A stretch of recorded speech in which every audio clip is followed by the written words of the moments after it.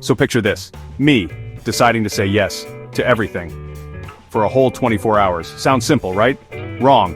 It was a dare to myself, a dare to bust out of my comfy, cozy, maybe a little boring routine. I needed a shake-up, a cosmic kick in the pants. I wanted to see what would happen if I just let go, if I embraced the unknown, if I stopped overthinking and just did the thing. This was my mission, to become a yes woman, for one entire day. What could possibly go wrong? Or more importantly, what could go spectacularly right? I was about to find out. The rules were pretty straightforward. For 24 hours the word no was banished. It was locked away, thrown into a deep dark pit with all my other excuses. If someone asked me something, the answer had to be yes. Now obviously safety first. I wasn't about to say yes to jumping off a bridge or wrestling a bear, unless it was a very small, very friendly bear. Kidding, mostly. My friends thought I had finally lost it. They said, "Are you sure about this?" They looked at me with wide, concerned eyes. Their doubt only fueled my fire. Oh, I was sure. Ish. Let me tell you, a tiny part of me was terrified. My brain, that wonderful worrier, started listing all the potential disasters. What if someone asked me to donate all my money? What if I had to eat something truly disgusting? What if I ended up in a different country by mistake? The what-ifs were loud. They were persistent. They tried to build a wall of fear around my awesome idea. But I knew something. I knew that fear is usually just a sign that something amazing is on the other side. So, I told my fear to take a hike, politely of course. But the call to adventure, my friends, was louder. It was like a siren song. But instead of luring me to crash on rocks, it was luring me to awesomeness. I needed to jolt myself awake, to stop living on autopilot, to prove to myself that I could handle anything, that I was brave, that I was ready for whatever the universe wanted to throw my way. So I took a deep breath. I put on my metaphorical superhero cape, and I declared the next 24 hours officially the Yes Fest. Bring it on, world, I am ready. The Yes Fest began bright and early, or rather, dark and early. My alarm didn't even have a chance to go off. My cat, a fluffy overlord named Princess Fluffybutt, decided it was time for her royal breakfast. At 5 a.m. She pawed my face, she meowed her demands. Normally I might grumble, I might negotiate. But today? Yes, your majesty, I mumbled. I stumbled out of bed, I served her the finest tuna. She seemed pleased. I was sleepy. But the first yes felt empowering. I was doing it, one yes down, many more to go. This was just the beginning. Next up, my neighbor, bless her heart, Mrs. Henderson. She knocked on my door around 7 a.m. She was holding a leash. Attached to the leash was a very energetic poodle, a poodle named Fifi. "Can you possibly watch Fifi for just an hour?" she asked, looking hopeful. My dog walker canceled. Poodles are a lot. They are bouncy. They are fluffy. They are tiny tornadoes of canine energy. My brain screamed, "Think of the chaos!" But my mouth, loyal to the Yes Fest, chirped, "Yes, of course!" Fifi and I had an adventure. She chased her tail, I chased her. It was invigorating. Then my phone buzzed. A text message. From my slightly wild friend Chloe. "Hey, random idea. Want to try goat yoga at 9 a.m.? There's a spot open. Goat yoga. Let that sink in. Tiny goats. Doing yoga. With humans. Or rather, on humans." This was not on my usual Tuesday morning schedule.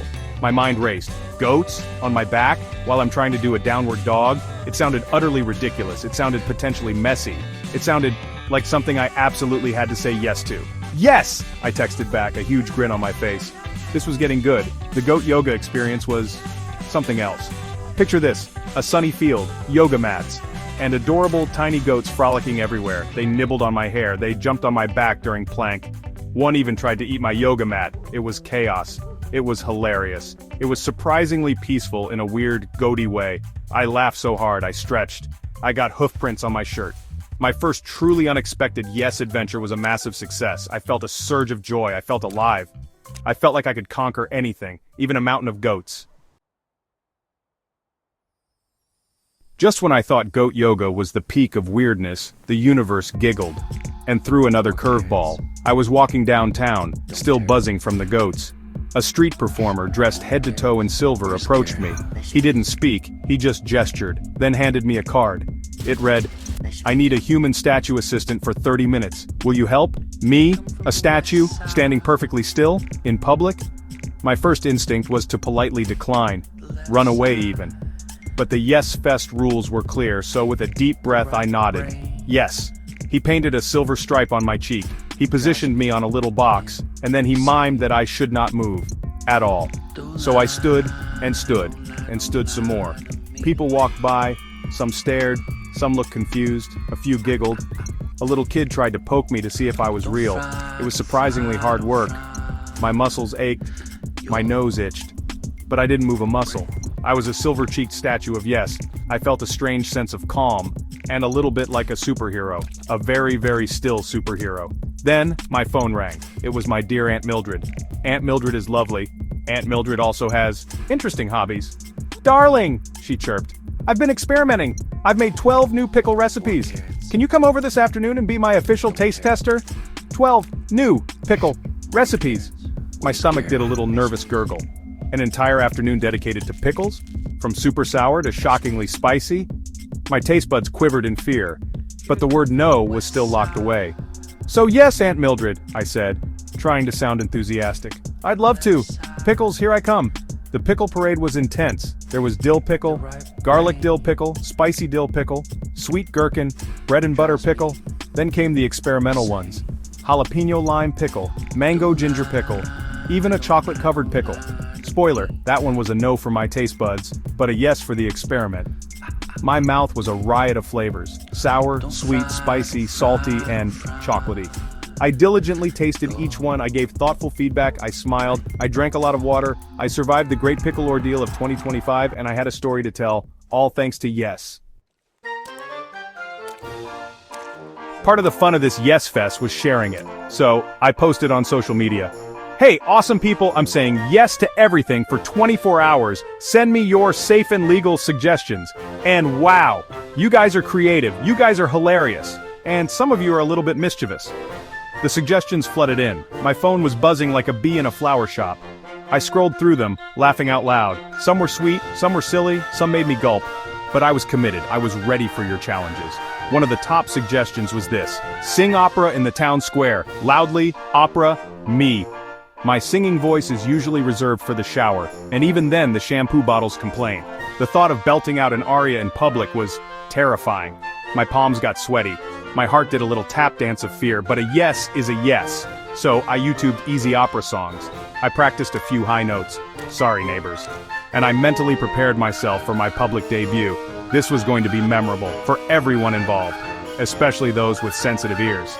Another popular idea was much simpler, but equally fun. Wear all your clothes inside out for the rest of the day, someone suggested. This I could do. This was a quirky, harmless yes. So I found the nearest restroom. I flipped my shirt, I reversed my pants. My socks proudly displayed their seams. The little tag on my collar was now a bold fashion statement. It felt a little rebellious, a little silly. I got a few strange looks, but mostly, people just smiled. It was a simple way to embrace the spirit of yes. And to be a walking, talking, inside-out human. You also had some truly heartwarming suggestions, like this one. Go compliment 5 complete strangers. Genuine compliments. This was a beautiful yes. A yes that spread kindness. So I did. I told a woman her smile was lovely. I complimented a man on his cool hat. I told a barista they made amazing coffee. Each compliment was met with a surprise smile. It felt good, really good, to connect with people, to spread a little joy. Your ideas, my friends, were a huge part of this adventure. They pushed me. They made me laugh. They made me a better, braver, inside-out singing person. The day zoomed by in a whirlwind of yes. The initial nervousness was gone, replaced by a kind of giddy excitement. I felt like I was riding a wave of pure possibility. Anything could happen, and it probably would. As long as someone asked, and it passed the safety check, I was all in. The yes energy was infectious. I was smiling more, laughing more, I felt lighter, freer, like I had shed a skin of maybes and what-ifs. This was the magic of yes. It was potent stuff. Lunchtime rolled around, and with it, another challenge. My adventurous foodie friend Mark called, "Hey, you have to try this new place with me. They have the world's spiciest chili. Are you in?" My stomach, still recovering from the pickle marathon, did a nervous little dance. The world's spiciest chili, visions of fire-breathing dragons danced in my head. But the Yes Fest was still in full swing. "Yes," I declared, trying to sound braver than I felt. "Let's do it!" I mentally prepared for the inferno, and maybe packed a small carton of milk just in case. The chili arrived. It looked innocent enough. A deep red, beans, meat, the usual suspects. But the aroma. Oh, the aroma hinted at the fire within. I took a tentative bite and then, boom! My mouth exploded. It was hot, so incredibly, unbelievably hot. Tears welled up in my eyes, my nose started running. I think I saw smoke coming out of my ears, but I kept eating, slowly, bravely, with my yes face plastered on. Okay, maybe it was more of a pained grimace. I conquered the chili, or at least, I survived it. Another badge of honor for the Yes Fest. The afternoon continued its parade of yes moments, small things, big things, helping an elderly gentleman carry his heavy grocery bags up 3 flights of stairs. My arms thanked me later. Not. Trying on the most ridiculous feather-covered hat in a department store just because the sales assistant suggested it. I looked like a confused ostrich, but it was hilarious. Each yes, no matter how small, added another colorful thread to the tapestry of the day. Each yes was a reminder to embrace the unexpected, to find joy in the little detours. Life was definitely not boring today. Section 6. When yes gets weird, hilariously awkward encounters.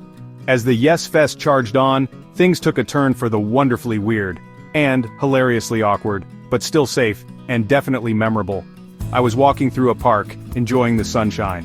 Suddenly a mime appeared. A full-on black and white striped shirt, white face paint, invisible wall padding mime. He spotted me. He zeroed in. He started miming a conversation. With me, he gestured, he emoted. He clearly wanted me to join in. My inner voice shrieked, "Abort mission! Mimes are tricky!" But my Yes Fest voice said, "Yes, let's do this silent dance." So there I was, in a public park, having a very animated, very silent conversation with a mime. I tried my best. I mimed drinking tea, he mimed pulling a rope. I don't even know what I was miming. Probably something about confused chickens. It was deeply awkward. I am not, it turns out, a gifted mime. He seemed very patient though. Or maybe he was just miming patience. Who can tell with mimes? We concluded our silent chat with a dramatic, mimed handshake. I walked away feeling slightly bewildered, and very amused. Mime interaction check, later I needed a caffeine boost. After the chili, the pickles, and the miming, coffee was essential. I went to my favorite local coffee shop.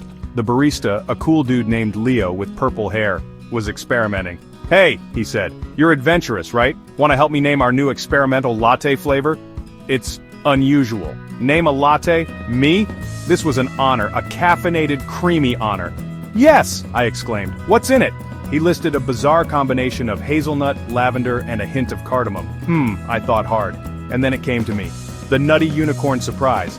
Leo loved it. He grabbed a chalk marker. He wrote today's special, the Nutty Unicorn Surprise, on the big blackboard menu. My creation. For all the world to see and order. People actually started ordering it.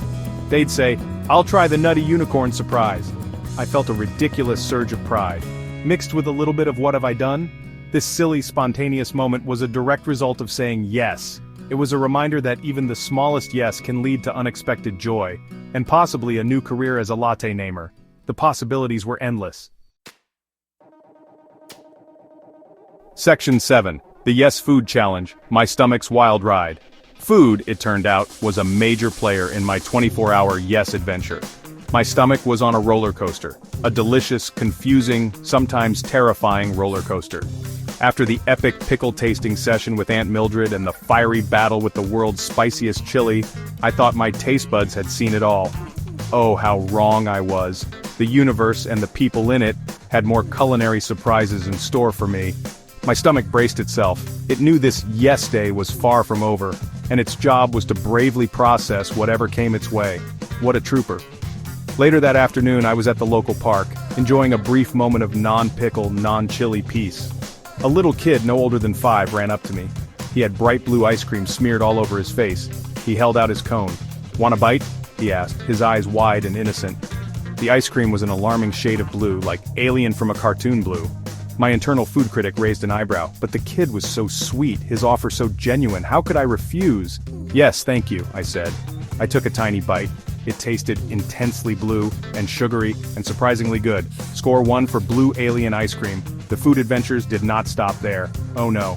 While browsing a health food store, ironic I know, a very enthusiastic free sample lady cornered me. "You must try our new protein bar," she chirped. "It's revolutionary. Seaweed and cricket flour. Seaweed and cricket flour in a bar." My brain did a full stop. Crickets? Like the little jumpy guys? In my food, this was a serious test of my yes commitment. I hesitated for a millisecond. Then, remembering my vow, I plastered on a brave smile. Yes, I'd love to try it, I declared. It was crunchy and earthy, and surprisingly not terrible, just very, very weird. Through all these culinary escapades I discovered something. My stomach is a champion. It handled pickles, chili, blue ice cream, and cricket bars like a boss.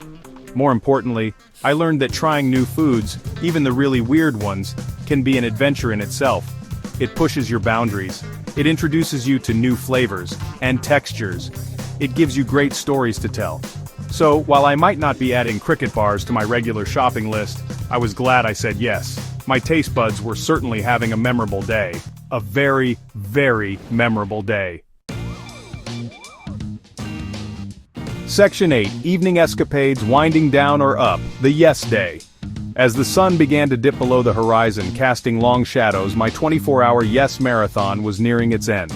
I was tired. My feet ached from all the walking. My brain felt a little fuzzy from all the new experiences, but underneath the fatigue there was a powerful buzz. An electric current of accomplishment and excitement. So much had happened, so many unexpected turns, so many laughs.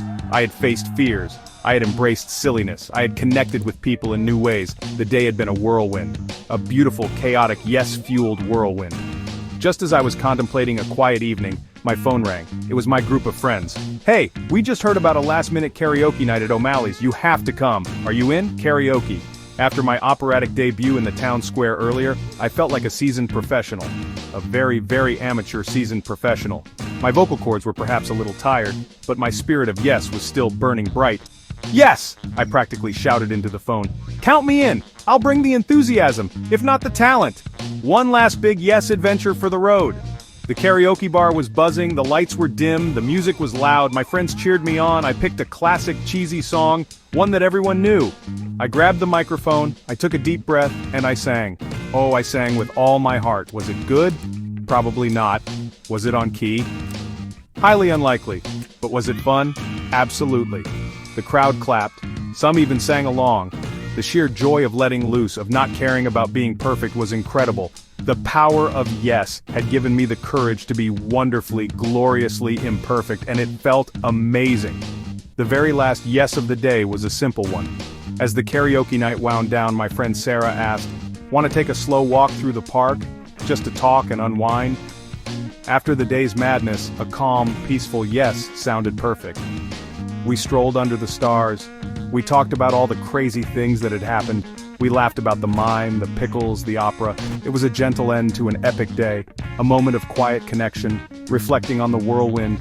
It was the perfect way to close the chapter on my 24 hours of yes, feeling grateful, feeling full, feeling awesome. Section 9, the big yes takeaway, what 24 hours taught my awesome self. And just like that, the 24 hours were up. Midnight struck. I could officially say no again, but here's the funny thing. I didn't really want to. Saying yes, even to the weird and wacky, had changed something in me. It was like a switch had been flipped, a door had been kicked open. A very fun, very surprising, slightly goat-covered door. I felt different, more open, more alive, more willing to embrace whatever life decided to throw my way. The world looked a little brighter, a little more full of possibility. This yes thing was powerful. I learned that stepping outside your comfort zone isn't just about facing fears. It's about discovering new parts of yourself. It's about realizing you're capable of more than you think. I learned that most people are kind, that unexpected connections can happen anywhere, even with mimes, or pickle-loving ants, or kids with blue ice cream. Trying new things, even if they sound silly or a bit scary, is where the magic happens. It's where the growth happens. It's where the really good stories are made. Even if those stories involve questionable singing or cricket protein bars, my comfort zone didn't just stretch. It did a full-blown yoga pose with a goat on its back. It expanded in ways I hadn't anticipated. I talked to strangers, I performed in public twice, I ate things I never thought I'd eat, I made people laugh. I laughed a lot myself. I surprised myself with my own bravery, with my own resilience, with my own ability to just roll with it. I realized that I am indeed a badass. We all are, we just sometimes forget, or we let fear whisper too loudly. This Yes Fest was a reminder, a loud, joyful, slightly sticky reminder. So what's the big takeaway from my epic 24 hours of yes? It's this: say yes more often. Not to everything, obviously. Use your good judgment, stay safe. But say yes to new experiences. Say yes to little adventures. Say yes to things that scare you a tiny bit. You never know what amazing people you'll meet, what hilarious memories you'll make, or what awesome parts of yourself you'll discover. Life is too short to live in the land of maybe later. You are a badass. Go out there and say yes. You've got this.